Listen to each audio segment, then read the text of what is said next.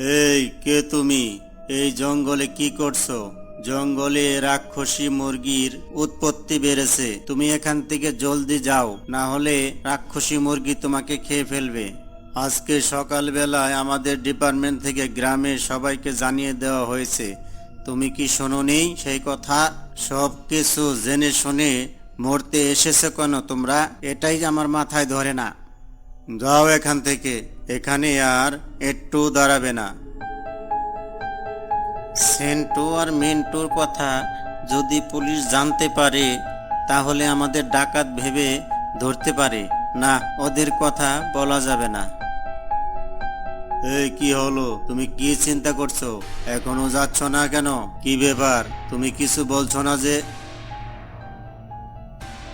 জি sir, জি sir, আমি সকালে আসছিলাম, তাই এগুলো শুনতে পারিনি। ঠিক আছে স্যার, আমি চলে যাচ্ছি।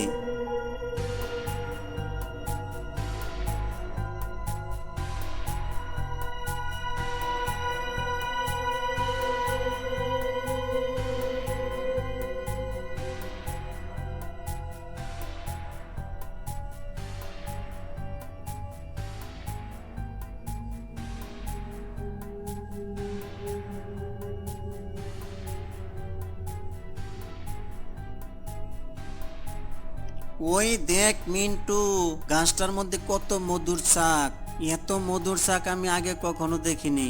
তুই বড় গাছের পাতা নিয়ে একটি মশাল বানিয়ে নিয়ে আয়। মাছিগুলো সরিয়ে মধুগুলো নিতে হবে।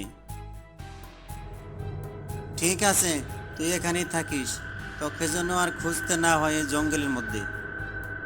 আরে না না, তুই যা, আমি এখানেই আছি। চাকগুলো দেখে মনে হচ্ছে এক একটা চাকে 30-40 কিলো মধু হবে। মধুগুলো ভেঙে আমরা তাড়াতাড়ি জঙ্গল দিয়ে নদীতে মালেক দাদার সাথে চলে যাব। মালেক দাদা যেখানে আছে থাক। এই তো, আরে কিসের শব্দ শোনা যাচ্ছে?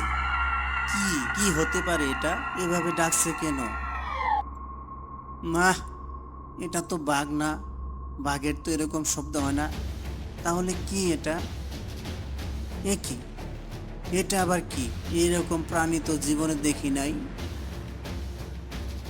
ওরে বাপ রে, এ তো রাক্ষসী মুরগি। বাঁচাও বাঁচাও বাঁচাও, খেয়ে ফেলে দিল। কে কোথায় আছো? বাঁচাও।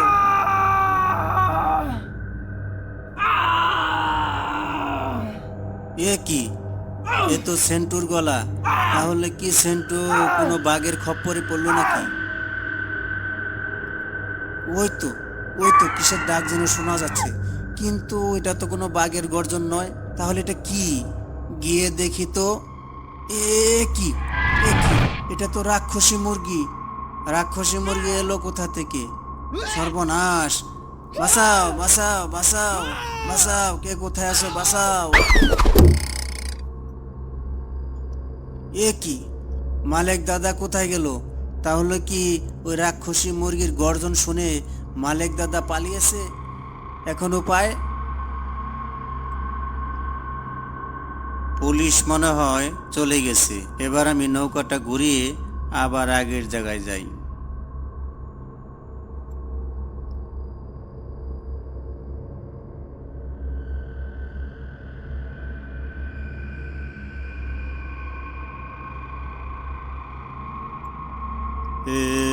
কি, তুমি আবার এদিকে কোথায় যাচ্ছ?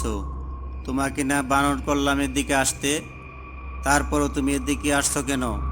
নাকি তোমার কোনো মতলব আছে? সত্যি করে বলো তো। এ রে, আবার তো ধরা খেয়ে গেলাম। এখন আমি পুলিশে কি বলি? আমার তো থোতা মুখ বাঁকা হয়ে গেল। এখন কি বলি?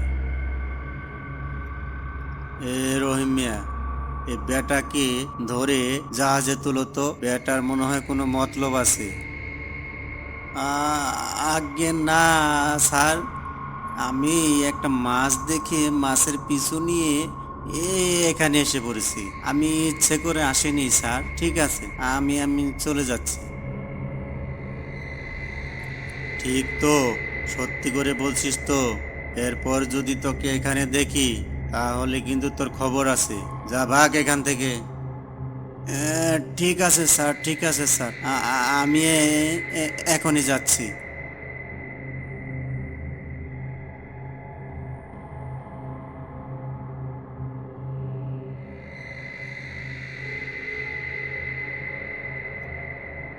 আজ জঙ্গলে গেলে আমার জেলে পচে মরতে হবে। আমি এক কাজ করি, বরং বাড়ি যাই। বাড়ি গিয়ে মাসুদ আর তালেবকে নিয়ে সন্ধ্যায় আবার আসবো।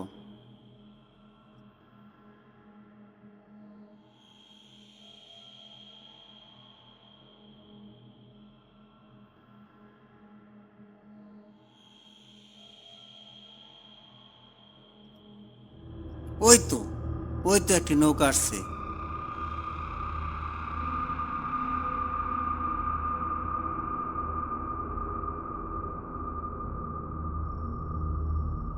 ও ভাই, ও ভাই, বলি কি, আমাকে একটু বিপদ থেকে উদ্ধার করো না ভাই। কি হলো ভাই, কি হয়েছে? তোমার কোনো সঙ্গীকে কি জঙ্গলে বাঘে ধরেছে? আর তাকে খুঁজতে তোমার সাথে কি আমার জঙ্গলে যেতে হবে? আর আমি কিন্তু একা একা এই জঙ্গলে যেতে পারবো না। আরে ভাই, সব কি তুমি একা একা বলবে, নাকি আমাকেও কিছু বলতে দিবে? ঠিক আছে, বলো দেখি কি। আরে আমাদের মাঝি আমাকে ছেড়ে সে চলে গেছে, তাই বলছি আমাকে যদি আমার বাড়িতে একটু পৌঁছে দিতে খুবই ভালো হতো। তা তোমার বাড়ি কোথায়? আমার বাড়ি মহিনপুরের দক্ষিণ পাশে। আমার বাড়িও মহিনপুরে। ঠিক আছে, উঠে এসো নৌকায়। এই ভয়ানক ভিডিওটি দেখতে আমাদের এই চ্যানেলে প্রবেশ করুন, তাহলে ফুল ভিডিওটি পেয়ে যাবেন।